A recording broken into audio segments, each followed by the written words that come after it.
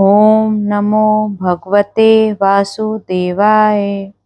अजा एकादशी व्रत कथा। भाद्रपद महीने में 2 एकादशी आती है। जन्माष्टमी के बाद पड़ने वाली एकादशी को अजा एकादशी कहते हैं। इस साल अजा एकादशी 19 अगस्त को मनाई जा रही है। पुराणों के अनुसार एकादशी का महत्व स्वयं भगवान श्री कृष्ण ने धर्मराज युधिष्ठिर को बताया था। कृष्ण बोले, भादो मास के कृष्ण पक्ष की एकादशी का नाम अजा है। इसका महत्व गौतम मुनि ही जानते हैं। भाद्रपद मास के कृष्ण पक्ष की एकादशी का नाम अजा है। वह सब पापों का नाश करने वाली बताई जाती है। जो भगवान केशव का पूजन करके इसका व्रत करता है, उसके सारे पाप नष्ट हो जाते हैं। पूर्व काल में हरिश्चंद्र नामक एक विख्यात चक्रवर्ती राजा हो गए, जो समस्त भूमंडल के स्वामी और सत्य प्रतिज्ञ थे।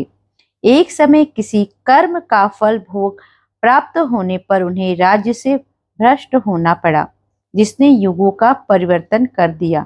कथा के अनुसार सूर्यवंश में राजा हरिश्चंद्र अयोध्या में हुए थे। उनके द्वार पर एक श्याम पट लगा था, जिसमें मणियों से लिखा हुआ यह लेख था, इस द्वार में मुंह मांगा दान दिया जाएगा।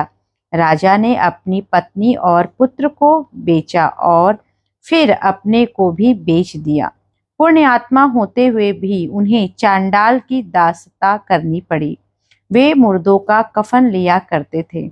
इतने पर भी नृप श्रेष्ठ हरिश्चंद्र सत्य से विचलित नहीं हुए। इस प्रकार चांडाल की दासता करते हुए उनके अनेक साल व्यतीत हो गए। इससे राजा को बड़ी चिंता हुई। वे अत्यंत दुखी होकर सोचने लगे, क्या करूं, कहाँ जाऊं, कैसे मेरा उद्धार होगा। इस प्रकार चिंता करते करते वे शोक के समुद्र में डूब गए। राजा को आतुर जानकर कोई मुनि उनके पास आए। वे महर्षि गौतम थे। श्रेष्ठ ब्राह्मण को आया देख नृप श्रेष्ठ ने उनके चरणों में प्रणाम किया और दोनों हाथ जोड़ गौतम के सामने खड़े होकर अपना सारा दुखमय समाचार कह सुनाया।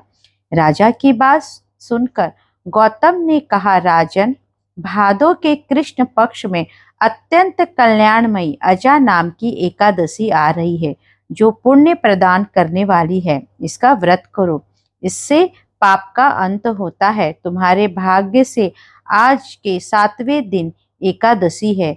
उस दिन उपवास करके रात में जागरण करना। ऐसा कहकर महर्षि गौतम अंतर्ध्यान हो गए।